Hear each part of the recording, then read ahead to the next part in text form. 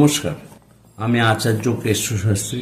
আশা করি তারা মায়ের কৃপায় সবাই ভালো ও সুস্থ আছেন। বড়দের আমার প্রণাম, ছোটদের ও সমবয়সীদের আমার শুভেচ্ছা ভালোবাসা। আজ আমি রামনবমী সম্বন্ধে কিছু কথা আলোচনা করব, আপনারা শুনতে থাকুন। এই রামনবমী আগামী 6 এপ্রিল 2025 রবিবার রাত্রি 11:31 পর্যন্ত থাকছে। নবরাত্রির শেষ দিন অর্থাৎ নবমীর দিন। এই দিনে মা দুর্গা নবদুর্গা রূপে পূজিত হন। অর্থাৎ এই বিশেষ দিনে দেবী দুর্গার স্তোত্র, স্তুতি ও সপ্তশতী দুর্গা স্তোত্র পাঠ করুন এবং নিজেদের সাধ্যমতো ফল, মিষ্টি, ফুল, বেলপাতা ও ঘিয়ের প্রদীপ, ধূপ জ্বালান।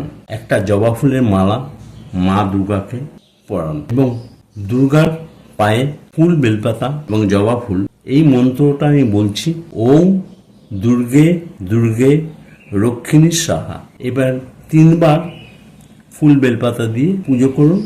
ওম দুর্গে দুর্গে রক্ষিণী সাহা।